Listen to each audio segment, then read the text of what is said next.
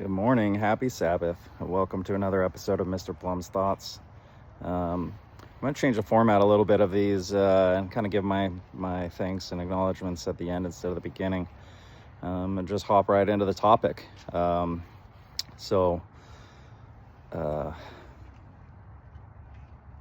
topic I wanted to cover today is the Council of Adam-ondi-Ahman. It's an interesting one. Those who follow me over on X know probably that I've said for a long time that I believe the Council at Adam-ondi-Ahman has already happened.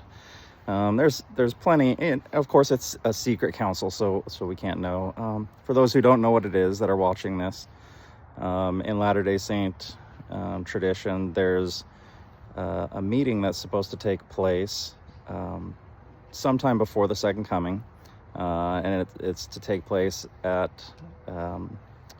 Adam-ondi-Ahman, which is the place where Adam first came to after he left the garden. And Latter-day Revelation has identified this place as Jackson County, Missouri.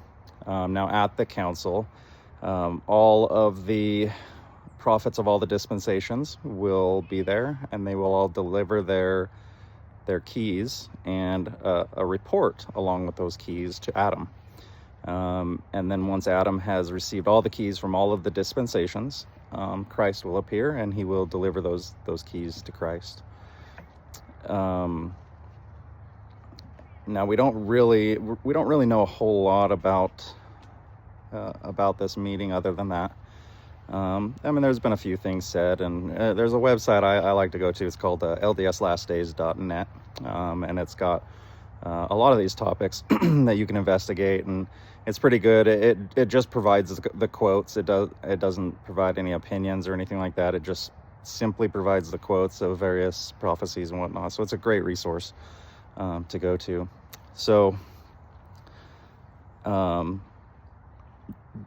book of Daniel in the Old Testament talks about this meeting as well, and talks about how the thrones of the world will be overthrown with Adam here sitting on his throne.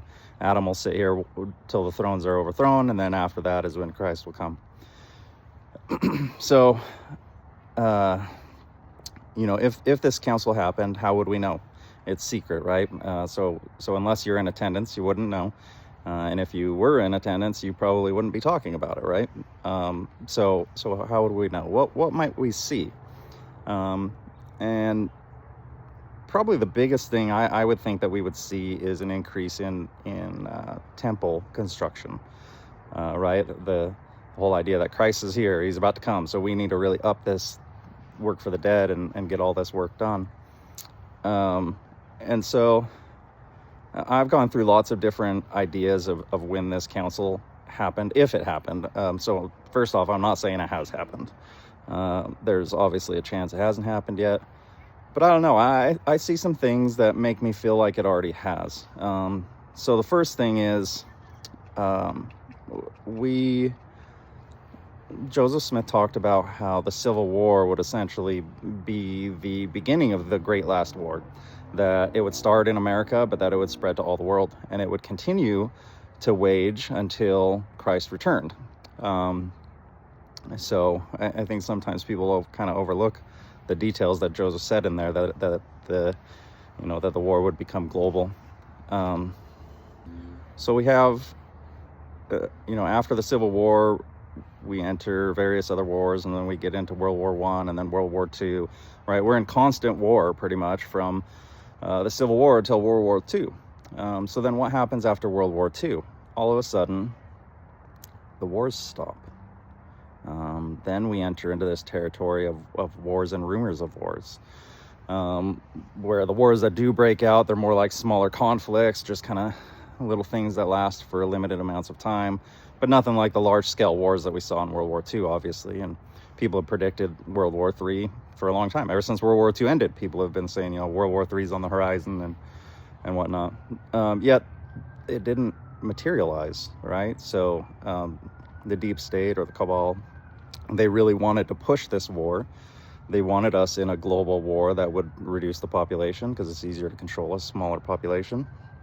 And they chose Russia, well, at the time USSR, to be the boogeyman that would start this. And that's why for decades the deep state has tried to start this war with Russia, because that's their that's their goal, is if they can spark this war with Russia, that'll be the big war that depopulates everyone. But Russia hasn't bit, and no matter what the deep state has tried, Russia just they just won't launch this war that they want. So you got to ask yourself why, right? If Satan still has full dominion over the world and all this, then why aren't we at war? My answer is because the Council of Adam-ondi-Ahman happened either in the late 1940s or early 1950s, sometime in there. Now we do have in the 1950s, we had two prophets or apostles.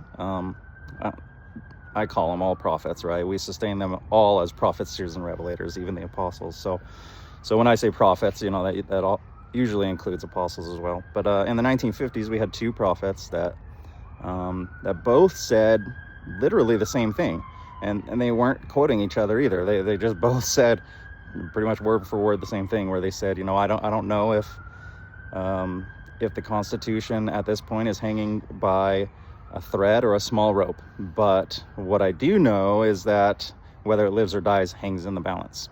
And that was in the 1950s. Okay, two different prophets said that. And then what happens? All of a sudden in the 1950s, so up to the 1950s, we had 7 or 8, I think 8 working temples. I'd have to double check that fact, but I think it's 8 working temples up to that point. And temple building was going pretty slow up to that point. And then all of a sudden in the 1950s, temple building explodes. Now, of course, it doesn't explode quite as much as it did with Gordon B. Hinckley, who really made it explode and go through the roof. And there have been, times when I thought maybe the Council of Adam-ondi-Ahman happened during Gordon B. Hinckley's presidency, and sometime around the year 2000. And it could have been, but there are some interesting things that really point toward the 1950s. Mainly the fact that there's been relative peace since then. Obviously we've started all these foreign wars after 9/11, which also are prophecies. We have prophecies that we would spend all of our strength fighting in foreign wars, and then these foreign nations would seek to break up the United States. And that's literally what we see happening right now, right? We have foreign infiltrations that are trying to destroy us from within. So all of these prophecies really are coming to pass, and it just makes me wonder if Adam is here, if he's been here since the 1950s, working things behind the scenes to get us prepared for Christ's return, which includes expediting temple construction, but also fulfilling the prophecies of exposing Satan, exposing all of his dominion, exposing his schemes, and then destroying those, right? That is the work of Adam, according to Daniel, is to overthrow these thrones. And that really all started in the 1950s. We had in the 1963, we had 45 goals of the communists entered into the congressional record, which is them saying, hey, this is what the communists are trying to do to us right now. And it's actually kind of frightening if you go read those goals. They've fulfilled almost all of them, which isn't surprising with our current state. So there's other small details too that emerge. For instance, in 2008, there's a photograph, and I've shared this on X as well, a photograph of Thomas S. Monson in a handshake with President George W. Bush. And the handshake is the sure sign of the nail. This is a sacred handshake we learn in the temple. And it's, you're not really supposed to reveal these things outside of the temple, yet we have a clear photograph of the president of the church in this grip with the president of the country. When I saw that photo, that was when I first started thinking that the council happened maybe somewhere around the year 2000.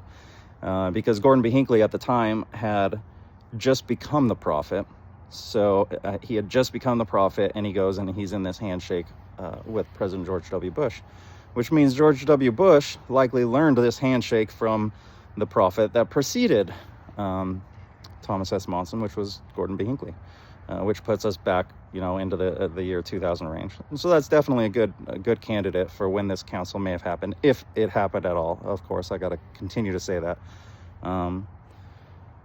But there is definitely lots of evidence that it potentially happened in the 1950s. And whether it did or not, we wouldn't know.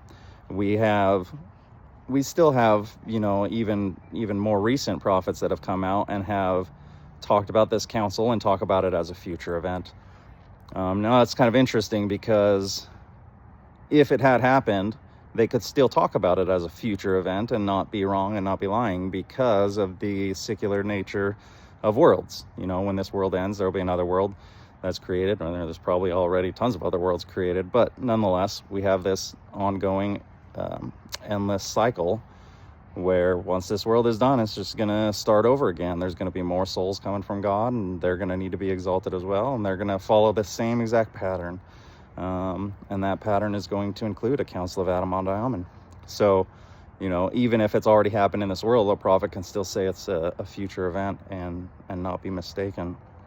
So it really kind of throws a wrench in it of, trying to look at the words of the prophets to be able to determine if it's happened. And really the only way I can think of to know if it's happened is to look for the symptoms, right? Things like increase in temple production and the church spreading to all the world. These are all things that we're told have to happen before the end.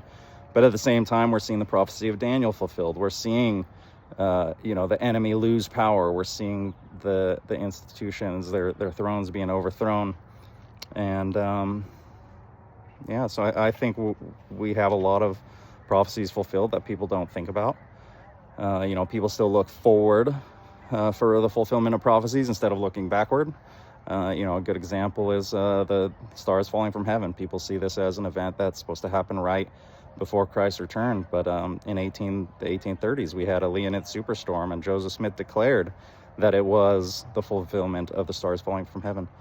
And it's actually interesting, if you look up the Leonid patterns, we didn't ever know about Leonids before the 1800s. It appears that's when they first began, and the 1830s superstorm was the first superstorm we ever had. And they reoccur every 32 years or something like that. Interestingly, there's another one coming up in 2032, which is predicted to be probably the largest Leonid superstorm ever. So definitely look forward to that. But nonetheless, these prophecies have been fulfilled. The blood, or the moon turning to blood and the sun darkened, right? A lot of people say, oh, that's a future thing. But Gordon B. Hinckley declared that vision of Joel was fulfilled in the year 2000. And we have had blood moons ever since. So it seems like the fulfillment of these prophecies have all happened around us.